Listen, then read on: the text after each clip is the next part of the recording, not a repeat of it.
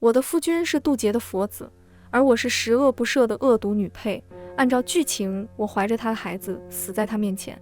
谁知一朝归位，圣洁清冷的佛子因我有了心魔。再入幻境，角色兑换，他强取豪夺，把我锁在金殿里，抚摸着我平坦的小腹。这次你休想再跑。大家好，欢迎收看皮皮听书。几支箭雨破空而来，穿透了窗棂。对不住了，小夭夭，你只能提前下线了。司命的声音在我脑海中响起，我拼命点头。这个剧情不走也罢，再怎么深情也都是假的，我不能沉沦。魏勋为了护着我被箭雨划破胳膊，受伤让他动作一顿，身后箭雨又至，冲着他的后背。我全力推开魏勋，在魏勋不敢置信的目光中，锐利的箭雨没入我的心口，还真是疼啊！不，我想笑，可是失败了。我想告诉他这都是假的，可是血从嘴里不要钱似的涌出来，让我一个字都说不出来。我伸手想要再摸一摸他的脸，毕竟等到归位后，他又是高高在上的佛子了。但箭雨穿透我的身体，把我钉在了床上，动弹不得。算了，我闭上了眼。魏勋，我的夫君，再见了。我是佛子连尘的小小仙士，为了帮助他渡劫，被司命安排在幻境里，成了恶毒女配。原本我只要给连尘的情路上增加点坎坷就行，毕竟主角是他和之灵仙子。可是发生了意外，等我被司命点醒，我才发现我这个恶毒女配居然强取豪夺，嫁给了连尘，还怀了他的孩子。要知道，连尘和之灵仙子的情节可是天君用红线测出来的。可是如今连尘在和我成亲后，居然就踏踏实实的和我过起了日子。不管我如何想要拨乱，反正连尘根本不为所动，甚至越发对我温柔深情。只是这样，连尘就没办法渡劫成功。他若不成功，那天下苍生就会跟着吃苦。毕竟佛子就是苍生的化身，身上沾染的浊气就必须用情劫化解。好在司命力挽狂澜，斩断了我和连尘的孽缘，让我强行下了线。只是这过程有点太过突然，朦胧中我似乎还身处在宫殿中，我就像是个旁观者一样，看着眼前发生的一切。魏勋双目赤红，扑过来想要叫醒我，可我胸口插了一支箭雨，鲜血早就染红了整个颈背，肯定是不能活了。而且我已经灵魂出窍，没有再归位的道理。大概是死了的原因，我居然可以看破整个幻境。幻境只是司命设置的一颗水晶球内，在天空的顶端可以看到一双时刻注视着我们的双眼。我就说他肯定把所有事情看了的满眼，包括我和魏勋床子之间的事情。但很快我就反应过来，我已经下线了，和魏勋的缘分也已经断了，而且他是佛子，不会再和我有什么关系。我只是一个小小的仙士而已，既不能为难司命，更不能和连尘告状。毕竟是我趁着他渡劫神魂不清时占了他的便宜，还怀了他的孩子，只求等他归位后可以放我一条生路。魏勋被侍卫拉着，想把他带到安全的地方，不让他靠近我。可他不为所动，不顾偶尔射进来的箭雨，跪在我的身边，慌乱地抬起我刚才想要碰触他的手，压在了自己的脸上。夭夭，声音悲痛又绝望，一滴眼泪就那么毫无预兆地蹦了出来，落在我已经渐渐冰凉的手背上。我的心也跟着跳了跳。魏勋猛地抬头，透过破碎的窗户，他看向了天空，而天空的位置正好是司命那双时刻观察幻境的双眼。我有种不好的预感。魏勋红了双眼，手里竟然幻化出一柄长剑。要知道，幻境中所有人都被封了灵时，现在顶多是个普通人罢了，可魏勋又怎么能凭空幻化？我随着魏勋移出了宫殿外，不舍得看了一眼床上自己的尸身。小腹被我保护得很好，虽然腹中胎儿只是幻境中的幻象，可5个多月，我和他总有种血脉相连的感觉。这难道就是入戏太深吗？我正胡思乱想中，一阵兵器声传来，伴随而来的是惨叫声。幻境中向来稳重的魏勋此刻失去了理智一般，冲到刺客群里大杀四方，而且攻击中裹挟着九天佛子专属的灵气。司命和我一样，显然是被这气息吓到了。按道理说，连尘是不应该恢复记忆的，而且这幻境也承受不住九天佛子充沛的灵气，已经开始从天空开始崩塌。最重要的是，九天佛子悲天悯人，不应该有着近乎暴虐的灵气。天空中司命的眼神慌乱得够呛，可是我与他再也不能联系，不知道是因为连城激发灵气杀戮所致，还是因为我已经不再是幻境中人的原因。不一会，地上满是残肢，天空也变成了血红色，然后不断的剥落，露出圆形的水晶球。魏勋身上沾满了鲜血，眼神带着嗜血的红色，而他对面则站着赤练。魏勋受死吧！魏勋身形佝偻，犹如入魔前兆，他怪笑几声，丝毫没有拖泥带水的举剑刺去。死夭夭是我的，是本尊的人，不管是九天还是这幻境。佛子，不可啊！魏勋的声音犹如从幽冥传来，可司命的声音突然从半空中响起，在幻境中回荡着，导致我并没有听清魏勋的话，只隐约听到什么本尊的人，不管是九天还是这幻境。虽然不想承认，但是和猜测的差不多，魏勋恢复记忆了。而且他口中的人应该说的是芝灵仙子吧，毕竟红绳已经说明两人是有情的，只是在结万前被芝灵仙子的仙士寒招给斩断，当时我站在芝灵仙子身后看得清楚。九天虽不断情绝爱，但是连城这种身份是绝对不能有情的，否则天下大乱。想要一解相思，唯有在这幻境中才能暂时的放下身份和责任，好好感受这短暂的一世姻缘。结果呢，却被我给破坏了，强取豪夺，和他成了亲，还怀了他的孩子。我看过凡间的话本，连城这样分明就是一个失去心爱之人绝望入魔的样子，总归不可能是因为我。赤练此时还是幻境将军的身份，对于他来说，我是他的心爱之人，而魏勋是敌国太子，也是抢走他心爱女人的情敌。他并未察觉幻境的变化，也没看到司命，可连城他却是知道的，赤练是他9天万年好友，但丝毫没有改变他的杀意，用灵气把司命打飞，然后一剑刺穿赤练的心脏，之后毫不停留地飞身回到了寝宫内。在幻境坍塌的那一刻，我魂魄被抽离，我看到他抱着我的尸身，像是一个茫然无措的孩童。可是不应该啊！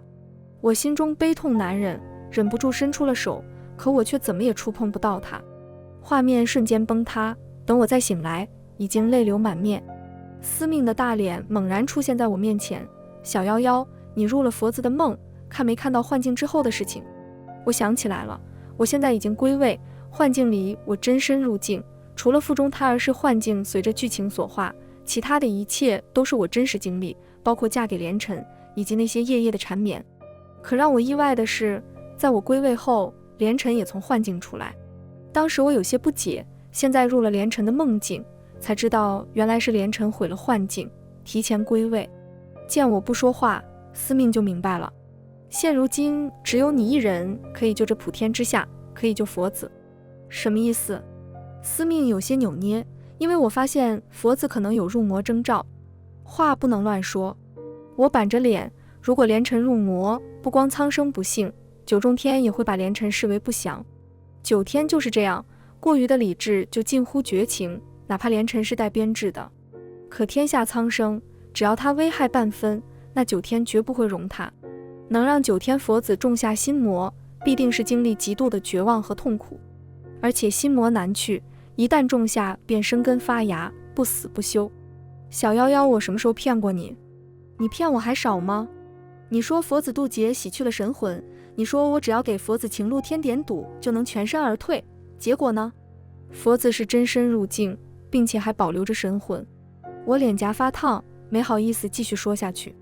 毕竟谁能想到幻境中的变数都是连城亲手所致，谁让佛子连心难测，让我这属下难办，也让小夭夭受罪了。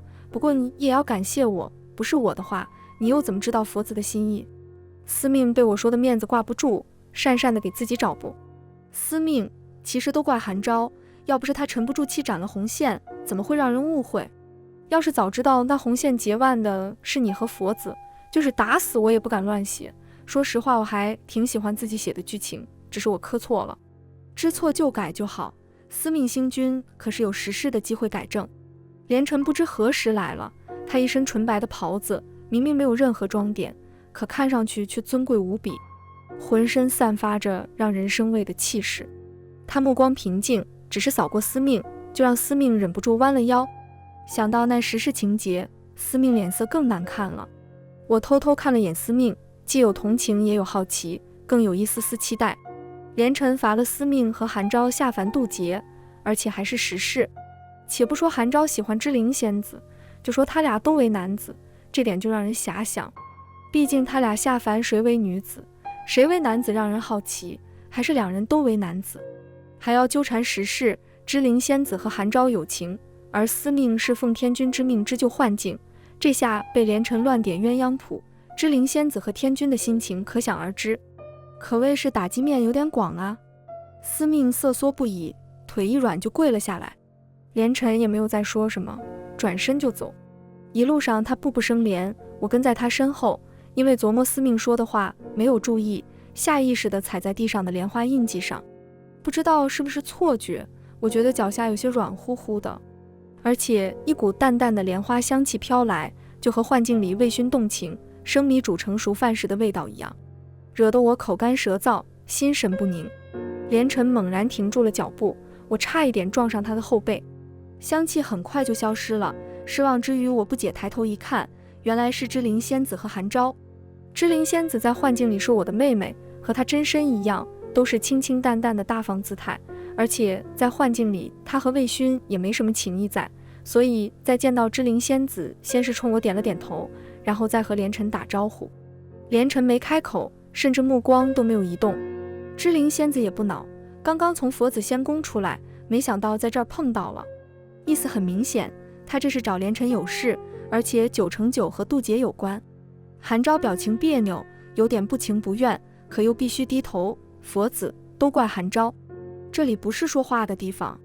连城开口直接打断了他，可和他语气平淡不同，他背在身后的修长手指紧握，平滑的指甲因为力度已经嵌入了皮肉里，而他的手指上还留着幻境里的伤痕，真身入境，伤痕不可痊愈。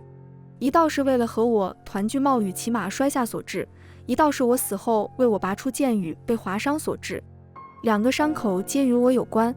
我心中悲痛难忍，又想到刚才司命趁着连城打坐让我入梦看到的一切，我上前握住连城，轻轻掰开他的手指。连城一怔，任由我掰开。韩昭先是短暂的惊讶，然后脸立刻就红了，接着又变得惨白惨白。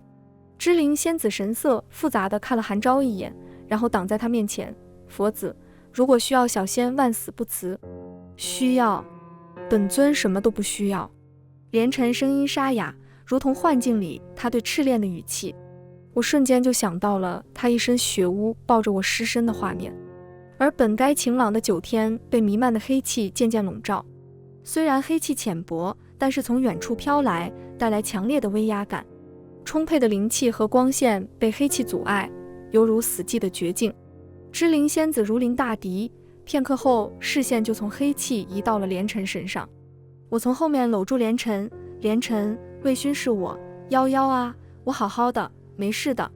我轻轻安抚着连城，感受他的胸膛从僵硬到剧烈起伏，大手缓缓地抬起，狠狠地压住了我的手，像是要把我的手掌融进他心脏般，感受着我的存在。黑气不知何时退散，天边出现了一道不该此时出现的粉色霞光，映的云彩如同一朵朵盛开的莲花。果然，连城的心魔是我。回到仙宫，连城闭门谢客。韩昭和司命的事情更是没有转圜的余地。芝灵仙子吃了几次闭门羹，也就不再坚持，大概是寻其他办法去了。就连我都不让近身，每日的茶水只是放在他的寝宫门口。直到我转身看了天君，天君来的时候没有大张旗鼓，悄无声息地出现在我身后。我手一松，茶杯差点掉在地上。天君，我低着头退到一边，可天君却没有动作，他上下打量着我，眼神不解，愤恨与怨怼。这还是我第一次从天君脸上看到如此复杂多样的表情，可见天君对我的印象是极其不好的。连城最近怎么样？我刚要开口，又被天君打断。算了，本君亲自和他谈一谈吧，为了一个小小的鱼仙，还真是不值得。我后背僵直，浑浑噩噩中，我居然来到灵河池。池中还是只有一朵灵河，那是连城的真身，而我是他养在池里唯一的锦鲤。我吃了他的花瓣才幻化成人。一切都好像发生在昨日般，只是现在的灵河有点不对劲。本该纯白顶端带些淡粉的花瓣，此时枯萎，散发着淡淡的黑气。我走过去，刚触碰到黑气，心脏就被一股强烈的气息震撼，其中蕴含的绝望、不甘、愤怒让我承受不住，腿一软，跪在了池边，好想狠狠地占有心中所执着之人，让他再也无法离开，哪怕和所有人为敌，挡我者死。突然眼前纷杂的幻象消失，我一下就跌入了池水中。连城和天君走了过来，我下意识地想要躲起来，恢复锦鲤真身，藏在了灵河之下。此时灵河已经恢复成了原本的颜色，伫立在池水中，清幽高洁，如同现在的连城。可隐隐透着不对劲，果然天君猛地转身，一挥手，灵河幻象消失，又变回了那朵散发着黑气的枯萎花朵。只是他没有发现我吃了连城的花瓣化形，身上的气息已经和灵河趋同。就算是灵河现在变黑，天君也只当是残留了一些以前的气息罢了。佛子的心魔要隐藏到什么时候？佛子可知你因天下苍生而生，也是为天下苍生而活，你要是被心魔所控，苍生也会跟着受苦。佛子说该如何处理？我心里一紧，没想到天君已经发现，看来这是9天之下，早晚都会发现。连城目光平静，该怎么办就怎么办，此事是我的错，不该贪恋幻境，不该生出那些奢侈的感情。天君叹了口气，在开口时没了刚才的咄咄逼人。佛子，本君知道你难，所以特意让你入境渡劫，本想着让你度过一世，体验人间七情六欲，可没想到你却真身入境，越陷越深，还因为那小鱼仙入魔。其实只要你再入幻境，消了心魔。天君摇摇头，在他眼里我就是连城的污点。天君，我愿意承担一切罪责，是我佛心不稳，沾染了七情六欲不说，还为此入了心魔，可我不能让夭夭再为我涉险。要不是我存了私心，修改命运以解私欲，想在幻境和夭夭厮守片刻，事情也不会发展到这个地步，任何伤害他的事情我都不会做。连城直接打断天君，语气冰冷，甚至能听出几分胁迫来，只是说到最后又增加了几分哀痛。只是连城为何这样说？再入幻境消除心魔，难道不好吗？而且我又会受到什么伤害？天君叹了口气，可是我知道天君想说什么。幻境里我无法压制心魔，会被心魔彻底控制，不光会做出伤害夭夭的事情，魔气还会伤到夭夭。连城目光空洞，心魔就是连城在见到我死后由绝望、不甘、愤恨、自私、占有欲而形成的。一旦不受控制，他们只会被本能驱使，那样幻境就会变成我的囚笼，一直到心魔消散我都无法逃脱。况且魔气会伤害我的修为，也许那就只有到幽虚消除心魔了。天君的话打断了我的胡思乱想，我心里一惊，和再入幻境这种从根本上消除心魔不同，幽虚就是用外力暴力消除，只是幽虚里走一遭消除的，可不就是心魔那么简单了。天君不会让连城死，只是谁知道心魔消除需要多久，万一这期间连城撑不住了怎么办？连城10日。天君一愣，什么？还请天君给我10日期限。天君放心，我已用全部灵气压住心魔，10日而已，苍生无碍。连城目光远眺，不知想起什么，表情柔软，带着深深的眷恋和不舍。天君一看就明白了，可以是可以，只是10日佛子不可出宫，本君不想赌。连城轻轻笑了笑，连城明白。等我从灵池中出来，连城和天君已经不见了踪影。我赶紧去找，只是在寝宫门口看到连城的背影。我刚要敲门，就听到身后有人叫我夭夭，脑海里纷杂的声音被一道温柔的呼唤打断。我猛地转过身，只见连城正笑意盈盈地站在我身后，他长发不知何时蓄起，被墨绿色的发带束起，随着微风微微飘动，犹如幻境里那个光风霁月温柔缱绻的微醺。可刚刚我明明见他进了寝宫，现在你刚刚想给你个惊喜。连城走过来牵着我的手，大大的手掌有些冰凉和僵硬。他感受到我担忧的目光，无碍，只是有些激动。你不是一直想到凡间看看吗？我带你去。可这9天，而且你刚刚……我活了千万年，也想任性一把。我心中一动，也好，彼此留个美好的回忆吧，就算是弥补幻境的遗憾。至于我的那个决定，等10日后再说也不迟。我终于还是贪恋和连晨的相处，就这一回了，也让我任性一次吧。连晨拉着我下了凡界，在一个小小的城镇住了下来。我和连晨就像是凡界恩爱的夫妻般，只是每次我只要说起心魔，都会被连晨阻止。我有好几次都想聊一聊心魔的事情，哪怕让他知道我偷听也无所谓。还有这些日子里他的变化，他是9天佛子，为何会不顾苍生私自下凡和我厮混？可每次都被连晨阻止。就比如这次，连晨，那日和你天君。不等我说完，连晨立刻俯身过来，把我困在书案之间。我心跳如鼓，打算今天不能再上连晨的当，一定要问个明白。你休想再用这招。我语气有些飘忽，想起昨晚我就有些没底。连晨轻轻拂开我一缕乱发，想什么呢？你头发乱了。打趣的笑声在我耳边响起，带着一丝的蛊惑。我脸顿时红了，可我很快就清醒过来，刚要开口继续刚才的话题，谁知连晨就吻了上来。于是这一次很快就又以吃干抹净失败而告终。为了防止继续失败，第2天我换了个问法，想循序渐进。连晨，你身上的香气为何消失了？包括你的头发，你是不是用了灵？连晨抵住我的额头，原来如此。什么？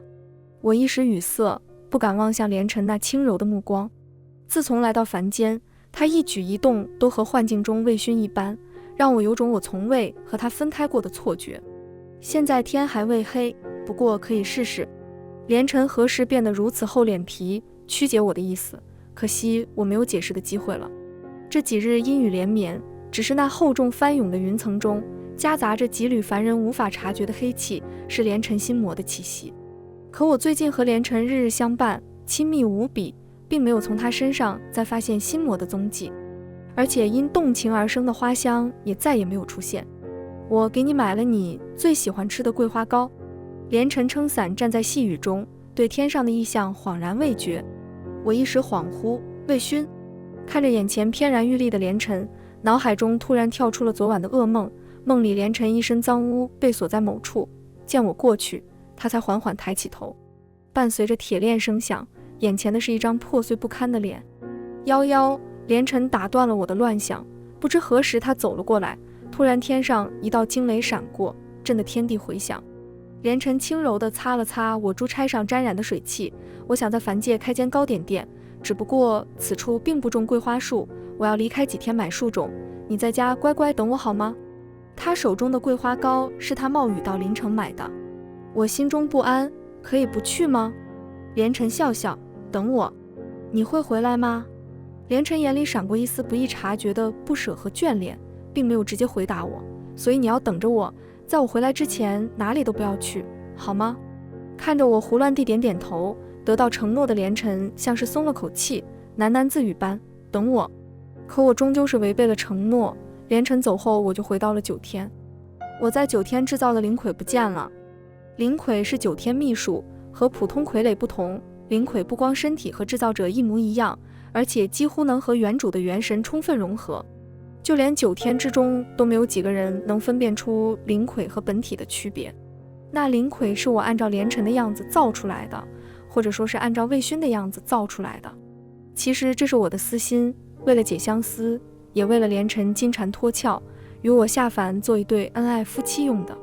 此事9天之上知道的不超过3人。脚下不知何时飘来一层淡薄的黑气，整个仙宫里都弥漫着黑气，而源头就是连晨的寝宫。我双手颤抖地推开寝宫门，黑气被冲散，显现出一个孤寂的身影来。他坐在莲花蒲团上，紧闭双目，口中诵声不断。那些黑气被他控制在寝宫之中，只有少许顺着缝隙溢了出去。只是连晨脸色苍白的可怕，哪里还有9天佛子的圣洁？那些黑气犹如幽冥而来的恶鬼，撕扯着他。夭，快走！费力的开口，声音嘶哑，如同被刀割般。我脚步踉跄，不顾皮肉被黑气侵蚀。你为什么要这么傻？自己在这儿受苦，让灵魁陪我，你是故意把我引走的吧？你就没打算再回去？你想让我永远等下去，再也不回来？怎么可能？等我从幽虚回来就会找你，这是我的惩罚，可不是你的。我已经禀明天君，凡借我结了结界，可保你平安，不被任何人找到。我只想让你活着。连城虚弱一笑，我反而冷静下来，擦了擦眼泪。不被任何人找到，被谁？天君吗？那天我都听到了，只有我才能救你是吗？而且就算没人找我，我也会去找他们。司命也这么说过，只是后来我再去问他，他就什么都不说了。看来应该是被连城威胁闭嘴了。连城脸色一慌，刚要开口说什么，突然一口鲜血喷了出来。林檜出事了。诛仙台上，天君掐着林檜的脖子，佛子，你没有遵守约定。墨绿色的发带紧紧缠绕着林檜的脖子，那是我今早亲自束上去的，现在却给他增加了更多的痛苦。林檜和主体魂魄五感相连，连城的状态也不好，脖梗青筋暴起。我只是想陪夭夭10天而已，10天后林檜也会消失，而我会去幽虚，直到心魔消除。天君，你别怪我，我只是不想让九天和苍生有事罢了。连城，林檜里只是一缕神魂罢了。连城浑身被黑气包裹，犹如一朵在荆棘中挣扎的莲花般，拼命想要挣脱束缚。可他越是挣扎，越是被伤得厉害。天君一把扔掉林檜，那也不可。林檜和真身五感相连，时间长了五感就会同步。本君说过不能赌，林檜是不能留了，推下诛仙台，毁去灵身。诛仙台不光能毁去灵身，还能毁去神魂，而且灵身毁坏对连城也是一种伤害。明明天君是不想让连城有事，可这样的话，连城也许根本无法在幽虚撑住。可即便是猜出来，我也无法眼睁睁看着林檜被毁。不要！林檜犹如一片枯叶，被天君随手扔下了诛仙台。我想都没想，飞身冲下。天君目光复杂，佛子，看来这小小鱼仙比我想象的要痴情啊！连城双目赤红，一口鲜血喷了出来。诛仙台下充斥着云层和闪电，就算是天君都无法抵挡住这9层闪电，更别说我只不过是一条小小锦鲤。一道道闪电打在我的身上，像是要把我身体和魂魄一起震碎了一样。模糊中，我看到了林檜，他急速的下降，干净的衣衫已经被天雷烧得狼狈。既然如此恋恋不舍，那就让本君送你们一程吧。就在我搂住他的那一瞬间，一道天雷从9天而降，劈穿了我和林檜。手一松，林檜落入下方云层密集的天雷中，消失不见。我觉得剧痛无比，不光是身体，灵魂也疼得厉害，疼得我无法说话。心里只有一个念头，林檜不能有事，连城不能有事。大概是见我没有退缩，又一道天雷劈下，穿透我的心脏。不！连城的呐喊声响彻9天，可我依旧不甘，用尽最后力气，向着下方加速，坠入了云层之中。我只有唯一的念头，找到林檜，找到连城那一缕神魂。连城和林檜五感相连，现在连城不光要承受心魔之苦，还要承受天雷蚀骨之痛，以及神魂消散之法。我不过只是生受了几道天雷而已，还不及连城的3、4分。只是我还是晚了一步，林檜被天雷打散，神魂溢出。我伸手紧紧握住那淡金色的神魂，压在胸口。连城，我不会让你有事的，哪怕我只是一只小小的鱼仙。失去意识前，一道纯白的身影从天而降，劈开了道道天雷，紧紧抱住我，脸上的慌乱犹如幻境里抱着我尸体时一样。我本想笑笑告诉他我没事，可嘴角已经不听使唤。我用尽最后一丝力气，把手中的神魂送进了他的胸膛，然后猛地垂了下去，彻底失去了意识。夭夭夭夭，语调由慌乱变得声嘶力竭。等我再醒来，是在连城的怀中。他有些不对劲，或者说整个9天都不对劲。灵气阴魔气质色停滞，阴阳倒转，天昏地暗。连城双手青筋暴起，像是忍受着极大的痛苦，可他动作却没有表现出半分，依旧轻柔。连城的魔气每日都在加重，10日是他能控制心魔最大的期限。佛子心魔深重，若是任由发展，定会是9天和苍生之苦。来人，请佛子到幽虚反省。可惜已经没人可以靠近。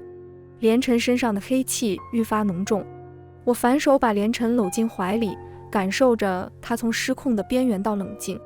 连晨轻轻把我推开，随着其他人离开。我在他身后喊道：连晨，等我。连晨动作一顿，之后便加快的脚步。等到诛仙台上只剩下我和天君，其实天君不用做这场戏。天君表情一僵，你什么意思？大概是没想到会被我这小小鱼仙看透，天君面色不爽。天君想让我救连晨，知道连晨清醒时肯定不愿，所以故意激发他的心魔，一来是为了让他失去思考的能力，二来是打算苦口婆心劝解我一番，让我深明大义，甘心救连晨。天君双眼半眯，你早就知道了。我苦笑，天君圣意难测，我也是刚刚才想明白的。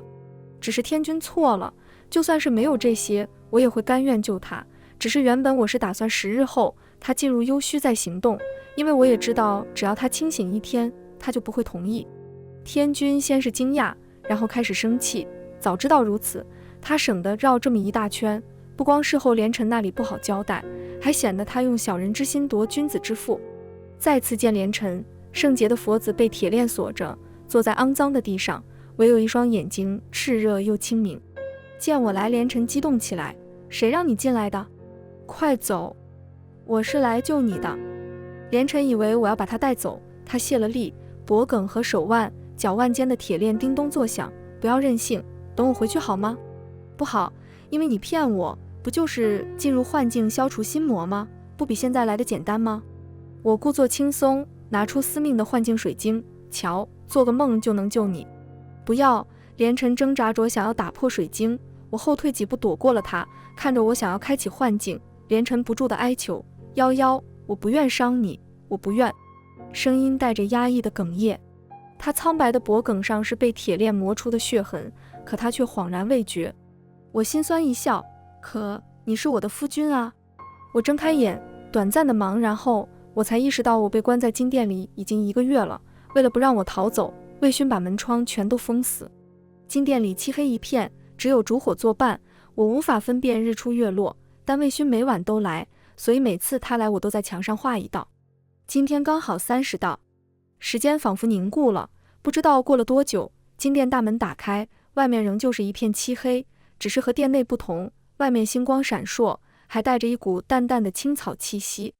但大门很快就关上，一个人影慢慢走来。魏勋。我每天只有对着魏勋才说上几句话，长时间不用，嗓音沙哑难听。魏勋坐在床边，烛光中，他眸光跳动，像是伺机攻击的野兽般。1个月了，我已经懂得他眸光中的意味，忍不住瑟缩了下。魏勋目光一凛，捉住我的手腕，不让我向后退去。小夭夭，今天听说你有些不乖啊。魏勋俯身，温热的气息喷在我脸颊，我却忍不住冷地站立。我没有。我下意识的挣扎。魏勋生气，今晚我就倒霉了。可说到一半我就想起来，他说过他不喜欢我骗他。只是已经晚了。魏勋冷笑一声，是吗？今天送饭的时候，工人说你想要逃。我和连晨入幻境后，他就被心魔控制。也许是心魔太过偏执，幻境竟然还是司命所知的那一个。当时天君为了以防万一，也打算让赤炼和芝灵仙子在幻境中帮忙，毕竟心魔是不可控的，谁知道他会不会冲破幻境。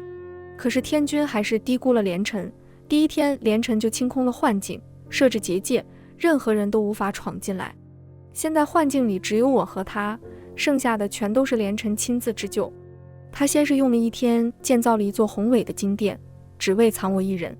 一开始窗户还有没被封，魏勋每次来都听工人说我站在窗边望着天空，所以魏勋把窗户封了。别封，因为透过窗户我能看到幻境中魔气的变化。好啊，看你乖不乖了。魏勋身上的花香变得浓郁霸道，不似曾经的温和诱人。他大手握住我，把我伸向窗户的手拉回了床帐里。因为受到魔气影响，我的五感1天比1天衰弱，修为也被压制。一开始还是能感知魏勋身上的魔气变化，每次他从金殿离开都会减弱几分。可渐渐的我已经感知不到，甚至就连身体都有些虚弱。大概是见我迟迟没有动手，赤练和之灵还有司命，强行幻化成幻境中的人物。虽然他们不能入境，但用神识控制幻境中的人物还是可以。只是都被魏勋斩杀。面对曾经的好友同僚，魏勋一点都不手软。要知道，斩杀神识后也是对真身有伤害的，可见心魔的厉害。看来给我的时间不多了。我试图安抚他，连尘只是一只受伤的小鸟飞进来罢了。我不是连尘，我是魏勋，你的夫君。他捏着我的下巴，我对他的称呼让他不满，手指收紧，在我脸上留下一道道红痕，掠夺意味明显。手指向下抚摸上了我的小腹，这次你休想再逃。我握着他的手，魏勋，你放心，我不会逃，我永远都不会逃，你冷静点好吗？逃？不对，你逃过，你死在我面前，都怪韩昭，都怪司命，我要杀了他们，可更怪我，我不该不确认红线就和之灵渡劫，更不该为了一己私欲修改幻境，都是我的错。1111让韩昭和司命经历实施情节，虽然是惩罚，但也是连尘不想因为心魔发作而杀掉他们。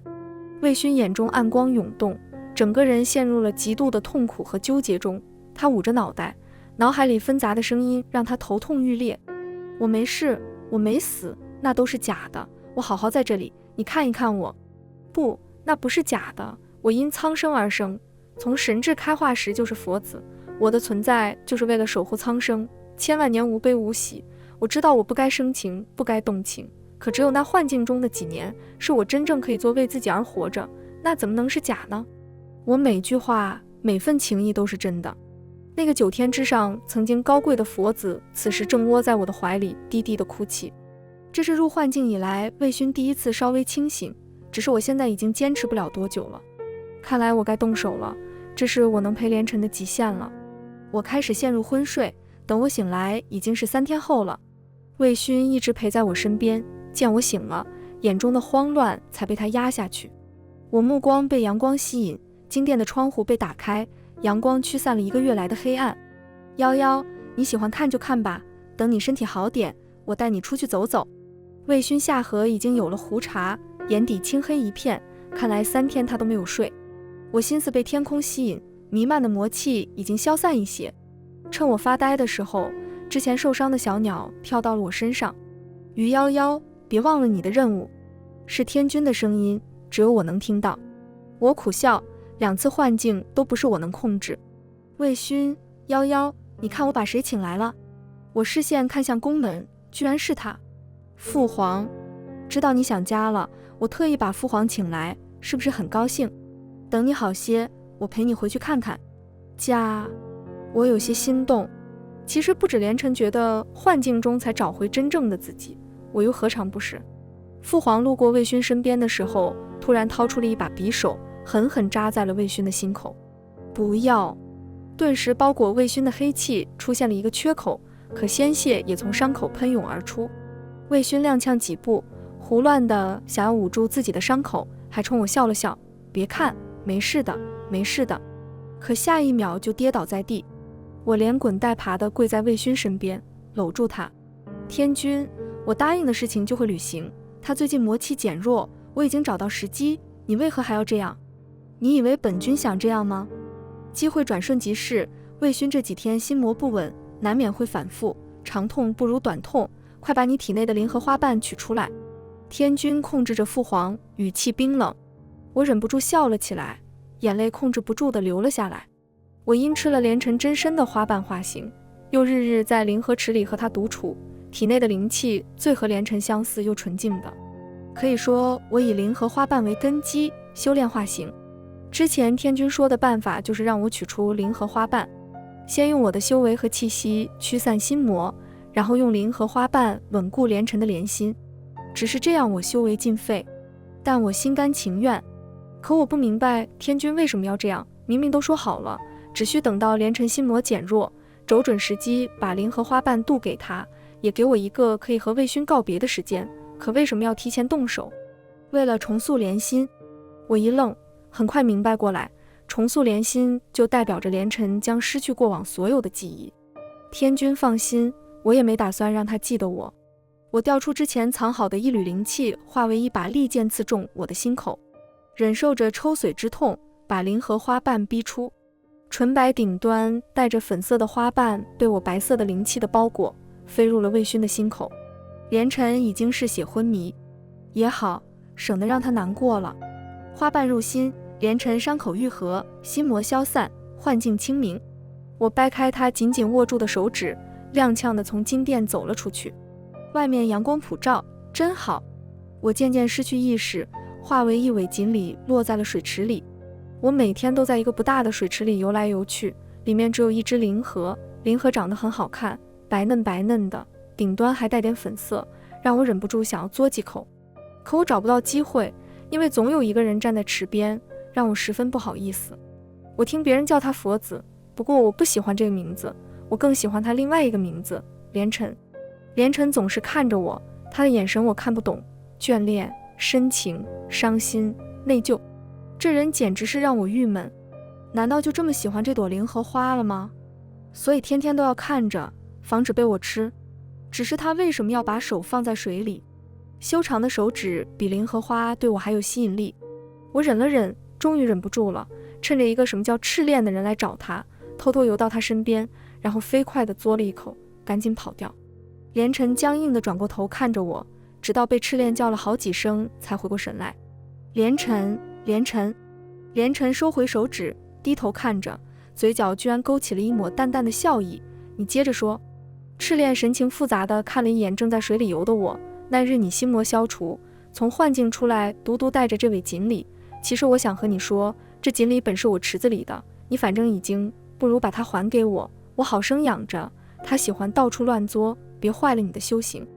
哦，是吗？我的心魔为何而生？连晨抬头看得赤练目光躲闪，被苍生熏染千万年，难免会有些浊气，渡了就好了。连晨轻轻一笑，确实，我被苍生熏染，也有了自私之情。这尾锦鲤我不会给你，我不想和这个赤练走。我急得在水里转圈。你看，他也不愿意。连晨似乎对我的态度很满意。赤练，哼，他现在不过是没有开智化形，他能知道什么？谁说的？我早就偷吃了好几瓣灵荷，不过也不是我故意吃，谁让那本该紧簇的花瓣故意垂下来，明摆着就是要让我吃，而且吃完一半就垂一半，根本就吃不完。一道金光闪光飞入空中，连晨目光追随，双拳紧握，直到金光落入一旁，我幻化成人身，指着赤练急切地开口：我不愿意和他走。整个灵荷池回荡着连晨低低的笑声。就这样，我成了连晨宫里的仙侍。连晨对我很是放纵，导致我经常不小心闯入他的寝宫，入他的梦。整个9天都知道连晨佛子有个小小仙侍，极其没有规矩。就算在天君面前，我也不害怕。天君，您的茶来了。不知为什么，我很不喜欢天君，觉得他这人心眼怪多，不好相处。连晨虽然没有那么明显，但对他态度也是淡淡的。大部分时间，天君都是热脸贴冷屁股，自说自话。就比如现在，天君喝了一口我准备的隔夜茶，眉头皱了皱，没发作。佛子，你真的想好了吗？我把茶杯递给连晨，他的手指划过我的手背，我忍不住偷偷看了他一眼。想好了，而且灵魁材料也全都找齐。天君，既然您是为了苍生，就明白这是没有转圜的余地。天君狠狠地叹了口气，又看了我一眼，便如此吧。等天君走后，我有些担忧，天君是不是生气了？天君为何生气？9天佛子保佑苍生到永世，他为何生气？听连晨这么说，我心里有点莫名的失落。我正要走，连晨叫住我：夭夭，你愿意和我一起下凡吗？1个月后，9天佛子连晨圆寂。可佛子悲天悯人，用一丝魂魄封住真身，用来保佑苍生。此后这世间便只有魏勋。我们来到人界已经1年了，我和魏勋成了亲，开了间糕点店，店里的桂花糕最受欢迎。那桂花可是院子里我和魏勋亲手种下，此地没人种桂花，这桂花是魏勋用灵气浇灌出来，那味道自然出众。我已经怀孕5个月，魏勋对我十分体贴，每日让我在家养胎，可我闲不住。这天趁着魏勋去谈生意，偷偷跑到了店里。糕点店已经被魏勋开到了京城，可京城只是分号，不管被多少王公大臣追捧，魏勋也不打算搬到京城。我也不愿意搬，因为这里才是我的家。店铺里生意依旧火爆，我嗑着瓜子看着往来的顾客，直到一个人匆匆忙忙地躲到了柜台后面的里间。你谁啊？就往里闯。来人有些面熟，他见我也是一愣，咱们认识？我问，你叫什么？他答，思晴。我摇摇头，我认识的姓司的只有一个。我扔掉瓜子，拉他坐下，叫伙计端来各种新鲜出炉的点心。你跑什么？思晴也是饿了，吃了好几块才开口。我本是当地的世家，结果新婚夜才发现新娘居然是个男人，他还把我好奇，把你吃干抹净。思晴一脸哀痛，那我明白了，所以你是来躲他的？是，你可不知道他。还未说完，就听到外面有吵闹声，明明看到姑爷进来了。思晴向我投来求救的目光，我指了指后院柴房。思晴抱拳，大恩不言谢。等思晴进了柴房，我让伙计把外面的人请了进来。来人是个身材高挑的女子，她脖颈处围着纱巾，长得十分惊艳。我眉头一挑，没想到居然这么好看。你是韩姑娘，或者说是司夫人？韩朝疑惑地点点头，老板娘认识我。我笑笑，韩家是大家族，略有耳闻。你想找的人在我后院柴房。韩朝有些谨慎，你为什么要告诉我？我耸耸肩，这就是缘分吧。傍晚魏勋回来，他脸贴在我的小腹上，大手轻轻抚摸着我的肚子，神情享受。而我还有些不真实。有人敲门，魏勋表情一冷，什么事？门外的下人也是吓得缩了缩，因为魏勋说过晚上不可打扰我们。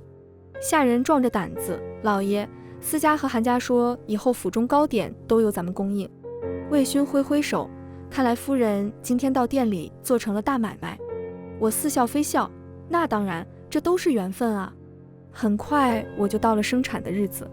魏勋比我还紧张，他拉着我的手，双眼都熬红了。我觉得好笑，就劝他，稳婆说现在只是阵痛，还需要一段时间才能生出来，你不必这么紧张。魏勋大手冰凉，有点发抖，我担心你。我身体可好呢？之前剜心还不是啊。突然一阵强烈的疼痛让我忍不住叫出来，之后便是一刻不停。稳婆，这是怎么回事？为什么和你说的不一样？稳婆也怕了，老身接生几十年，还是第一次见到夫人这种。不过片刻我就被疼晕了过去，整个人像是飘了起来，俯瞰着下面的一切。魏勋急得双目发红，稳婆手忙脚乱。突然我被一个声音吸引，星君，这可怎么办？我抬头看去，只见在9天之上有个熟悉的宫殿，上面写着天府宫，里面有2个手忙脚乱的仙君。怎么办？我怎么知道怎么办？我被临时抓来顶替司命，小鱼仙生产，本来已经准备好仙胎，谁知道赤练仙君居然跳下了转生台。啊，这不是听说赤练仙君和连尘佛子是情敌吗？这下情敌变父子，别胡说八道。我突然向下坠去，回到了身体里，然后一阵婴儿的哭声。夭夭，孩子就叫魏鱼吧。小魏鱼2个月的时候，魏勋搂着我，夭夭，我问了大夫，说可以了。我羞涩地点点头，突然想到了什么，我竖起耳朵。自从生产那日，我时不时就能听到天上有人说话。星君，星君，佛子忍不住了。星君狠狠捶了那小仙一下，你不要命了？佛子的墙角你也敢听？